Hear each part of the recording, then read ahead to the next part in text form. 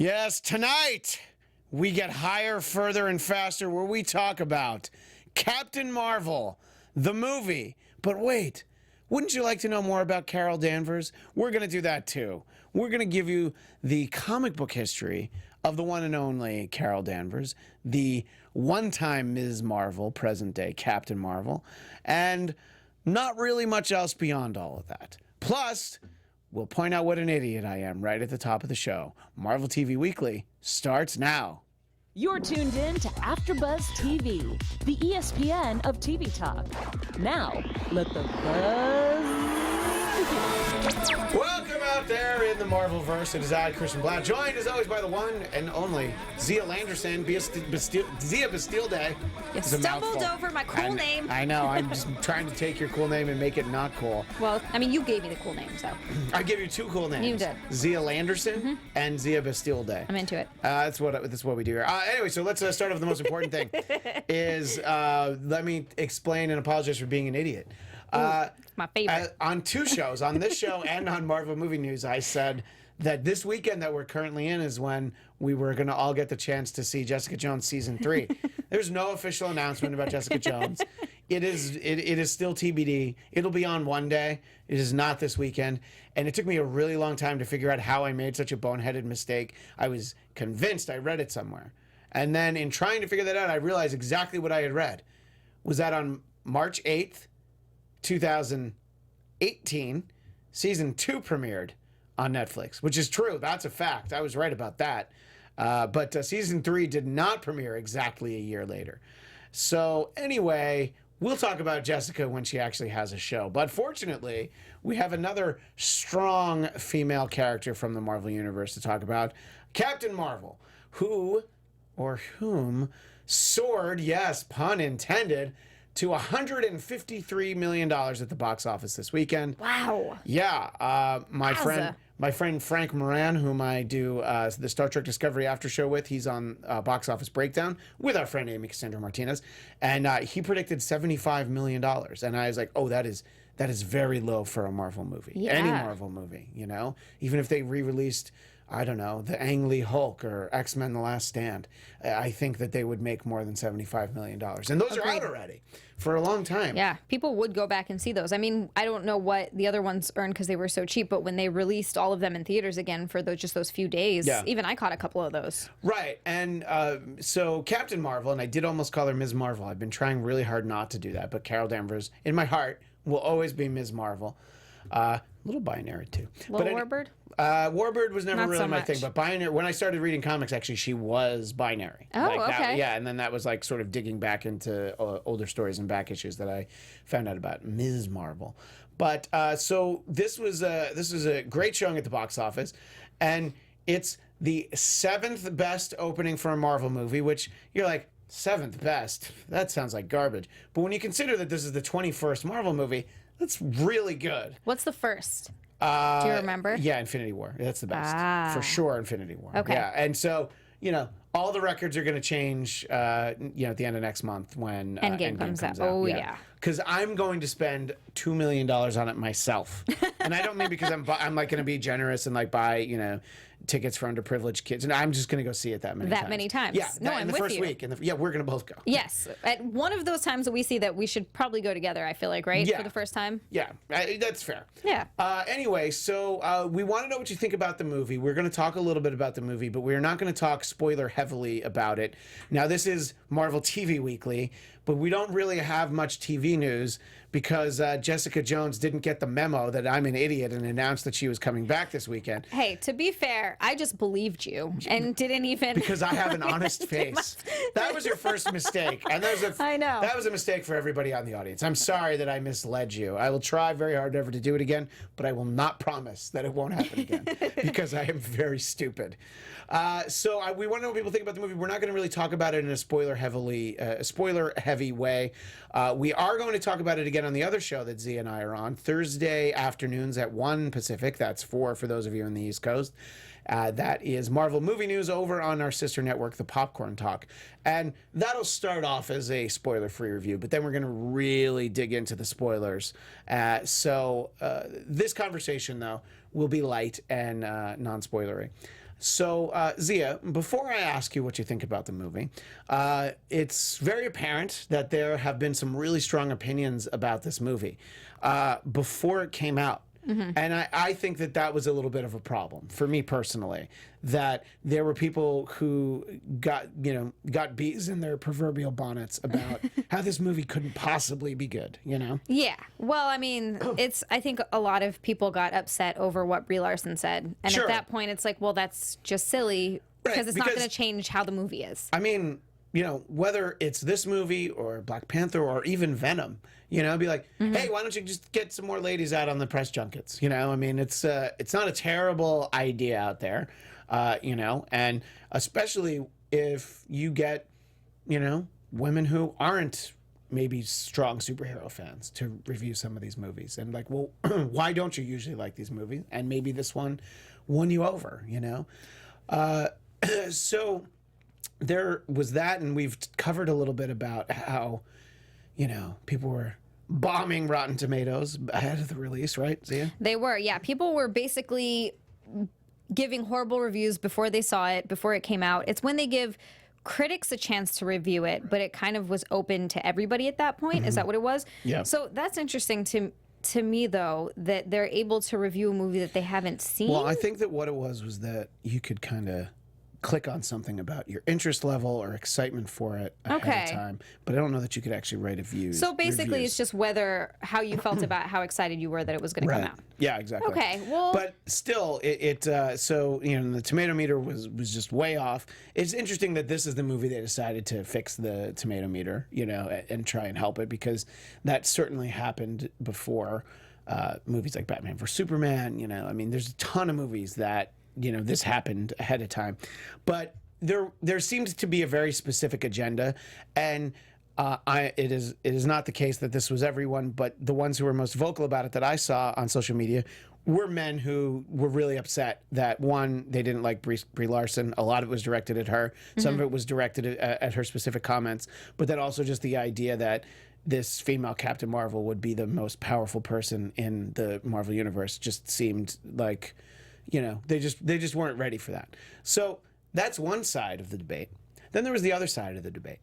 The side of the debate that would tell me that I'm not allowed to have an opinion on the movie because I am one of the most terrible people out there. I'm a white man. Which is not okay. By the way, white men have done a lot of terrible things throughout history, but I feel like I'm still allowed to have an opinion on a movie. Yes. Thank you, because you're allowed to give me that opinion. You're allowed to give me that power to have an opinion. But that's so sad and so ridiculous. I think, honestly, both sides, it's getting really silly. Like, it's getting really silly to a point where it's like, it is a movie. This is for entertainment purposes. You were allowed to either enjoy it or not enjoy it. And what I think that we're doing with people that, guys out on social media being like, I don't like it because she's a really popular, I'm sorry, not popular, very powerful woman. She's the most powerful woman in the the Marvel universe. I'm getting ahead of myself. Spoiler. It's because I'm going to compare this to a DC movie later. So I have that in my head. It's Batman and Robin, right? Of course. Yeah, okay. Yeah. How did you know? Is silly. We just need to ignore those people. I feel like it's a small percentage. I feel like it's a much smaller percentage than you would think of guys who really feel that way. I don't think it's all guys. I don't even think it's a lot of guys. No, it's not. It's a small it's like anything. It's a small vocal minority. Yeah, and the small vocal minorities are usually the loudest. Yeah. They're much louder than the majorities. And exactly.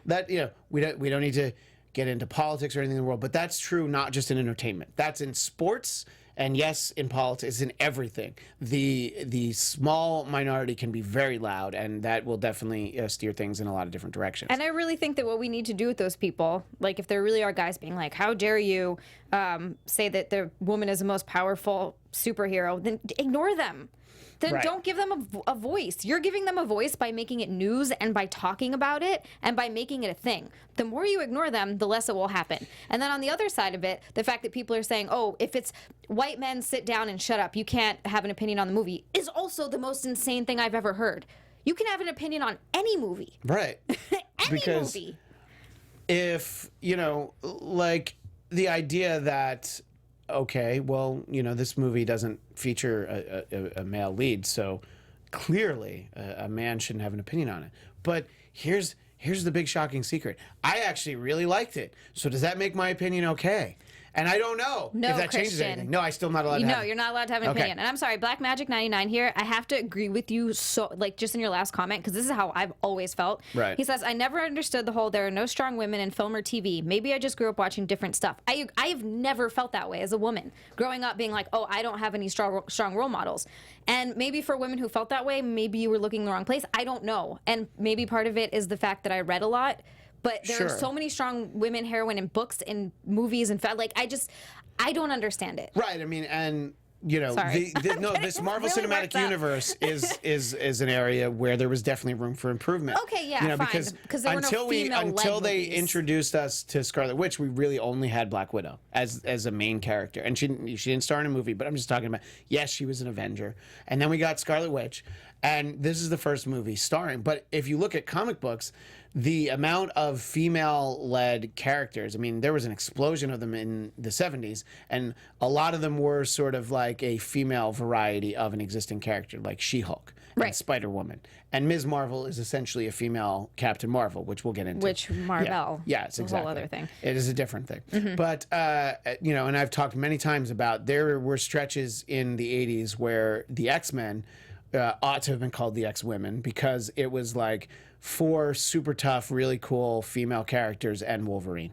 You know, it's Yeah. just Wolverine and the ladies. That's really what they should have called it. I seriously grew up with the X-Men cartoon, and I've said this before, Storm was one of my favorite characters. I would run around trying to pretend to be her all Right. the time. So like My little I sister grew never- up. She loved Rogue. Yeah, Rogue is also awesome. I don't know. Yeah. So it's, you know, and this happens all the time for issues and movies that, you know, it's like, hey, you sit down. Your opinion doesn't matter. No, everybody's opinion matters. Yes. People who saw the movie and hated it, well, you saw it, so you hated it. That's fine. It was the people who hadn't seen it yet who decided, like, you know, and then there were a lot of comments that I would see online that were things like, yeah, whenever I see that commercial, it doesn't look like it's very good. I'm like, okay, well, then maybe that's a marketing problem. Right. That doesn't mean the movie is not good. No. You don't know the movie's good by a bad commercial. I just don't like, what I don't like is people not being objective. Right. Like, if you're really going to let your whatever weird political nonsense you have going on cloud your judgment to going into a movie, then honestly, I just feel bad for you, because you're not enjoying things that you could be enjoying for no reason. Right. Yeah, exactly. And so, you know, we welcome everyone's opinion if you saw it. And by the way, if you haven't seen it, tell us why you maybe haven't seen it yet. And not in the way of like, oh, I'm going to see it on Tuesday. If you're just like, I'm sitting this one out. There are people, look, this is the 21st Marvel movie. Maybe you've seen enough Marvel movies. You know, that's fine, by the way. You know, I'm surprised. them. There was a point a few years ago where I was like, man, they just keep churning these things out. I mean, we're getting 3 Marvel movies, and Spider-Man counts now because it's part of the Marvel universe. You know, between just this Friday and right after 4th of July, there'll be 3 Marvel movies. You know, And we're that's gonna- including Dark Phoenix, right? I didn't include Dark Oh, Phoenix. okay. So But there's see, that's- 4. yeah, 'cause that is Marvel. Because that's not the Marvel Cinematic Universe, but you're but right. it's still So there's going to Marvel. be 4. Yes. So we're going to get 4 movies between now and then. So plenty of movies to talk about. Yeah, right here. And- Go say 386. I'm so sorry to jump No, in. it's all right. I grew Please up do. That's with why you're keeping an eye on it. Ripley, Xena, Sarah Connor, and Yeah. Buffy. Yeah, there were just so many. I love Who's Xena growing up. Who's tougher than Sarah Connor? I love Sarah Her Connor. too. And Xena's Even when the chick awesome. from Game of Thrones played her in the last bad movie, still Sarah Connor is still awesome. Still, no, I agreed. I agree. All right, so we'll take your thoughts, and again, we're going to talk a lot about Carl. I just turned her into Carl Danvers. Whoops. We'll talk about Carol See, Danvers. she can't be a woman. Before I did filibuster a lot, and I do want to give Zia plenty of time to talk about her thoughts about the movie. But before we shift into that, I did want to show a little bit of news that I found out about when I was doing research for this, and that's our first image that we have for those of you on YouTube is just an awesome, like, badass Japanese one sheet of Captain Marvel, and just the logo in Japanese just makes it look cooler. They had to wait an extra week. It'll come out this upcoming Friday, so sorry that they missed out on the first week. But then the second thing is, if you've seen the movie, and if you haven't, this isn't even really a spoiler. She wears a 9 Inch Nails t-shirt through most of the movie. So cool. Which is actually just really cool that she's got it on. Love it. So 9 Inch Nails have decided that they will do a tie-in, Captain Marvel 9 Inch Nails special edition t-shirt, which Awesome. you can buy at 9 Inch Nails website. I believe right now it's just pre-orders. I don't know if it's a limited number, but do a Google search for it. And for those watching YouTube, you can see it. And that's pretty cool because it's the classic Nine Inch Nails logo, which that's what she's wearing, which is just, it's a great, perfect t-shirt. And then it has the little Captain Marvel symbol behind it. I did love that outfit she had on. Oh, yeah. I mean, she didn't ever need to wear So a cool. costume. Just No. this perfect look. Fight crime in that. Yeah. So if you want to find that, you can Google it. I think it's shop.nin.com if I have to guess. But Google it just in case I'm wrong. To get me one. Yeah, right, exactly. Yeah. Zia's going to start a Kickstarter so that people can contribute up to $25 so she can get it. You're not wrong, sir. Yeah, If she's anyone like, wants to she's donate. like, I want to buy it, but how about a Kickstarter? And it's like, it's not going to be a Kickstarter for $26. It's just the $25 she needs for this t-shirt. Yeah, exactly. All right, Xia. There was a lot of filibustering up there at the top, but it was a lot that we needed to cover. There's a lot of ground we need to cover. No, I feel like And that people was are- important. People are afraid to talk about the movie in that concept, in that Which is that aspect of it. So silly. Yeah. I don't care if you're a white guy or a black guy or an Asian guy. You can say whatever you want about the movie as long as you're not actually a sexist dick, which I'm sure you know, but there's just not that many of them. Look, if you're a Cree and you saw the movie, let us know what you think. If you're a Skrull, we definitely want to know what you think. Yeah. Please let us Tell know. us. So, anybody who follows Z on Instagram, @Z_land, that's Thank right. you. Oh, thank you. They know how you felt, but maybe not everybody does. So, Xia, what'd you think of Captain Marvel? Okay. I'm going to start by saying I didn't hate it at all. But I left the theater going, oh, that was only okay. Like, I was a little bit let down leaving. I was just kind of like, oh, all right. I mean, visually it was awesome. Sure. Watching her use her powers was really cool. Powers I like that. sequences are pretty amazing. I love Goose so much. Oh my God, Goose. That cat was so cute. And then when you find out that it's actually like a crazy alien, I mean, that was amazing. The whole thing leading up to it, how they were. Anyway, I'm getting spoilery. I'm sorry, guys. Goose was amazing. Goose is awesome. Ben Mendelsohn was great. He was really good. He Yeah, was yeah. like a standout for me in that.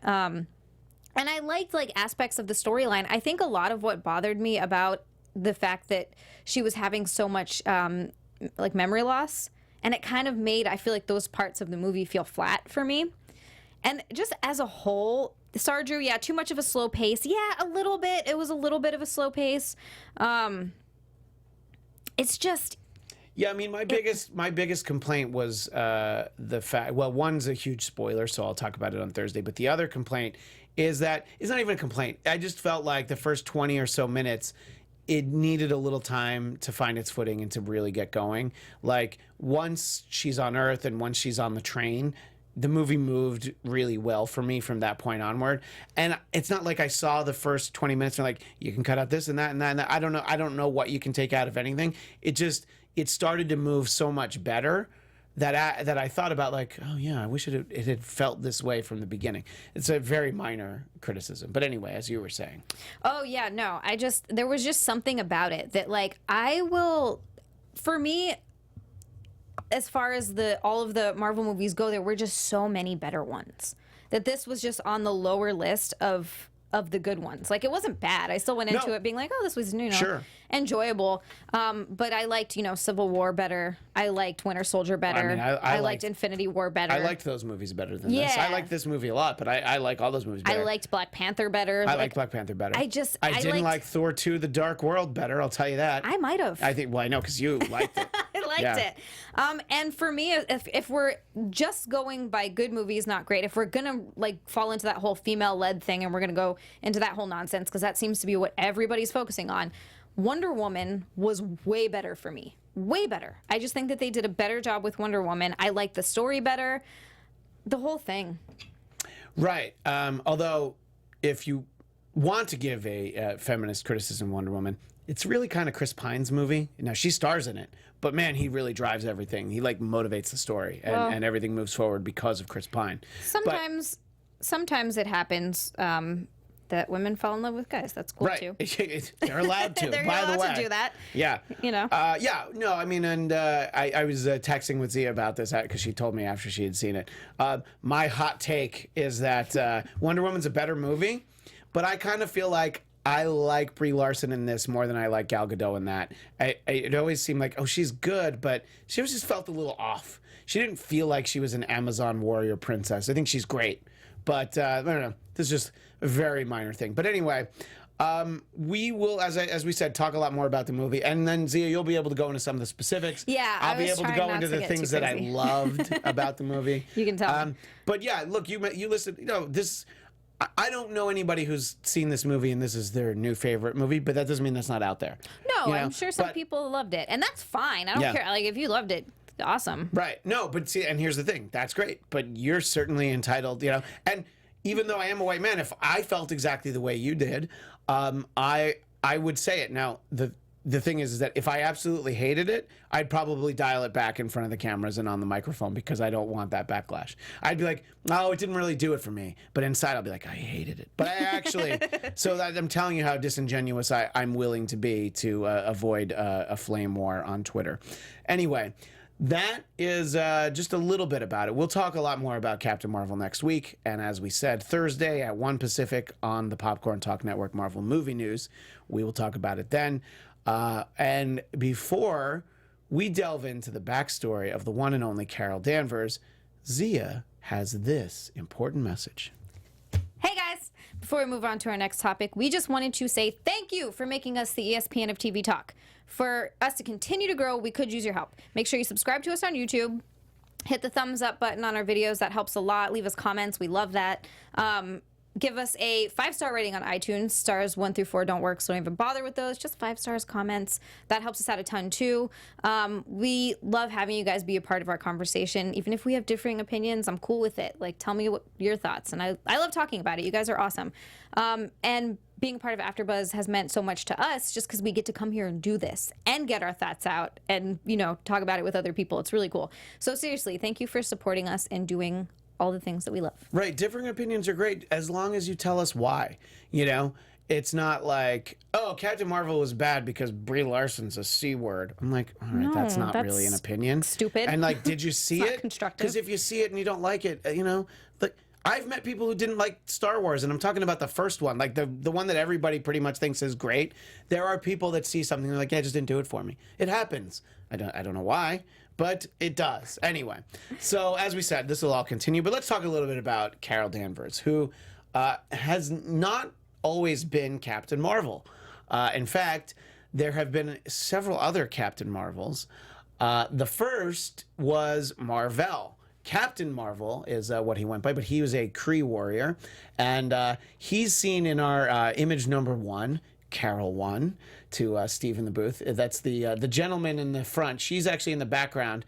It's that picture right there that you have on the right. Yeah, it's that one. That's actually his secret identity. So that somehow he turns into a younger blonde-haired guy. Look, it's the 60s. I don't know how it worked. But that's like literally that's the first panel where Carol Danvers ever appeared. She was in the Air Force. That matches up with her backstory. And she was a high-ranking security officer. So she was a featured character in Captain Marvel's ongoing series. Now, in the 70s, there was basically a huge explosion, and some of her DNA was merged together with Marvel's, which is how she ultimately became Ms. Marvel, as seen here on the cover of Ms. Marvel #1, which is something that I show often because, you're trying to have this strong, independent, maybe arguably the first truly feminist superhero. She's named Ms., for goodness sakes, which was, a real term in the 70s of female individuality. Don't ask me if I'm Miss or Mrs. I'm Ms. And yet she's showing off her stomach. They could no, look, she's entitled to. Yeah. But that was the point that was made, is like, so she's got her arms covered because maybe she's cold, but she's basically wearing a bikini bottom. Is that a practical outfit for fighting crime? Absolutely. Zia says yes. You get so much range of motion. Look, I'm from Hawaii. I used to live in a bikini. They're really comfortable. Regular clothes suck. Look, I'm certainly not going to disagree. I'm just, she ultimately does change her costume to this one that we see here, which if you're looking at the image on YouTube, you'll see that for no real reason I grabbed the British version of the cover because it says 12p on it, because that made me laugh because I'm a little boy. But that's the blue suit that we see, and the current version of Ms. Marvel Kamala Khan has basically that costume. That costume endured a lot longer than the red one. But the red one is really just an offshoot of Captain Marvel's costume. And so we got to see a lot of her, you know. She had her own book. It didn't last for very long. Chris Claremont, who was one of the writer of the X-Men, I've talked a lot about on the show, obviously. He was the main writer for the original X-Men for, oh my goodness, 15, 18 years.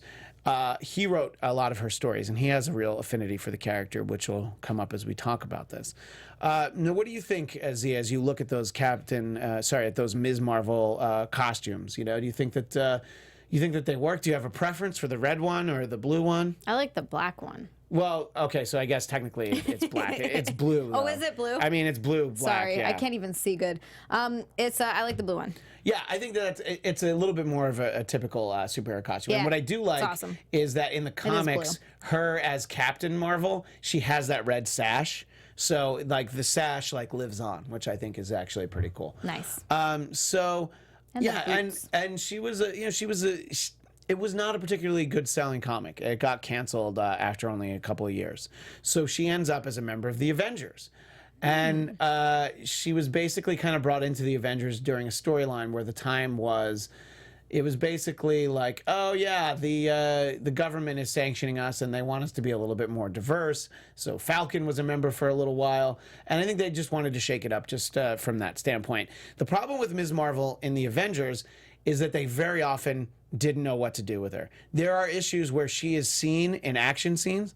She doesn't have any dialogue. You would think that the writer forgot that Ms. Marvel was on the team, and they never had anything to do. So she joins in issue 183, and then by 200, she's gone in a very, very controversial storyline. Oh, gosh, yeah. Do you know that storyline? Oh, yes, I do. Yeah. So That is kind of brutal. Immortus' son, Marcus, basically kidnaps her, takes her into the future, and the only way to really look at it is there's some brainwashing, but essentially he rapes her and gets her pregnant, and she gives birth to a child also named Marcus, which let's just say is very creepy. Mm-hmm. And so then she comes back. She shows up in an image that we showed a little while ago, which was Avengers 200. And basically, Avengers are like, oh, I mean, she totally seems like she's in love with this guy. So, all right, well, have fun, Carol. And that was the end of her in the Avengers. They didn't even look into it. And there's been a lot written about the way that Ms. Marvel was handled at that time. Even Chris Claremont has spoken out that he really didn't like the way that they handled the character. So I mean, look, I will say this one thing, and I'm probably going to get so much flack for this, so I shouldn't even say it, but I'm going to. That's the best kind of statement. Go ahead. Yeah. It's an interesting thing, and obviously you in no way condone rape in any way, shape, or form. That's horrible and awful, and like as a woman, if that ever happened to me, Jesus. But it's interesting that we can portray murder and all kinds of other things in stories and in movies and in books and things like that and video games like it's nothing. But rape, if you even kind of bring it up or if it's any sort of a thing, it's like, oh, no. But murder is kind of just as bad. Yeah, I mean, I think that... And I'm not saying it's not horrible. No, but what I'll say is that I think that were this handled in a sensitive way at all, I think they would they would have been commended for tackling it. But because they were used, it was like a flimsy plot device, and everybody kind of ignored the fact that against her will, you know, it's like, well, I don't know, it seems like she likes him, you know, and that's an amazing aspect of the Dark Phoenix story in the comics was Mastermind basically taking over Jean Grey's mind and not realizing that she was actually the most powerful being in the universe, and well, it didn't go well for him. So anyway, when we next see her, it's the image before this, Steve. In Avengers Annual number 10 is the first appearance of Rogue, who is at this point a member of the Brotherhood of Evil Mutants, and her adopted mother is Mystique. Mystique had a lot of run-ins with with Ms. Marvel. See, I keep mixing them up. And the goal in this story was, people know Rogue. She has that power that if she touches you, she borrows your power. But something about the way that she held on to Carol too long, and also Carol's really strong personality, she stole Ms. Marvel's powers and she also got her personality. So the body that was Carol Danvers forgets everything, and for a long time, Rogue has a personality of Carol Danvers living in her head, well into the 80s, until Rogue goes through the Siege Perilous, it gets separated, blah, blah, blah. Too complicated to explain here. So it's an interesting thing because Rogue takes on her powers and is able to fly, and she has Carol Danvers like buzzing in the back of her head. Could you imagine that? Yeah, which is so it's a very interesting choice. But Chris Claremont wrote that Avengers Annual number 10, feeling like it was at least giving justice. You know, that was a much more. It was a well-handled way of how she, basically had her powers ripped from her. So he was always a fan of Carol Danvers. So she shows up in the X-Men over the next couple of years as just Carol Danvers, in the Air Force. And then in Uncanny X-Men 164, she ends up as a really cool character called Binary. I mean, if you're looking on YouTube, you can just see she basically has the power of a star. That's awesome. And I don't mean like Lady Gaga. I mean like, the celestial body. I'm glad you laughed at that because I was in my head. I'm like, this is stupid. But thanks for laughing. Terrible, but it was great. Yeah, that's the realm I live in. So, and this is like a really cool look, probably an impractical way to live. So she doesn't stay binary forever. And, I'm having to kind of hit the beats here. You should read all of these comics, really. And if you have Marvel Unlimited, and why don't you if you like this show, they actually have some recommended reading about Captain Marvel. They have recommended reading of Ms. Marvel comics and her as Captain Marvel as well. So you can read a lot of this stuff and really get to find her. One that I'll recommend is The Life of Captain Marvel from 2018. Anyway, so she comes back as Warbird, which you can kind of see as Warbird. You see the mask is the same. That's basically the rest of it, This is a very 90s look. I like that, too. Yeah, that's this cool is a very 90s comic book I'm look. into it. I also really like the, I know, I love that 90s style. I guess it's just because when you're from that era, it's always going to be your favorite. I like the elbow pads and the shoulder pads. Yeah. Like if she falls down, she's good. That's right. It's very practical. So if she goes rock climbing, she's going to be okay. So she can fly, so it's fine. Yeah. But so she ends up a member of the Avengers again as Warbird, and we don't have time to go into the specific stories, but there's also just another cool image there. So you can find some of the new Avengers titles from the 90s and early 2000s. And then ultimately, she takes on the mantle of Captain Marvel. And she takes on the name Captain Marvel because she knew Marvel. She knew that Captain Marvel. And this is a great alternate cover for Captain Marvel #1 because you can see behind her, for those watching on YouTube, you see her past incarnations. You see Binary, you see two Ms. Marvels, you see her as an Air Force pilot, and also, sort of the space Marvel. And as I said, there's the red sash. So she takes on the mantle of Captain Marvel, and she's been Captain Marvel since I think about 2011, maybe 2012. I'm not looking that up for those who can see me, so I'm just sort of guessing. But I think it's a mantle that really works for her because of the backstory of her character. She knew Marvel. She had basically his powers and some of his DNA fused.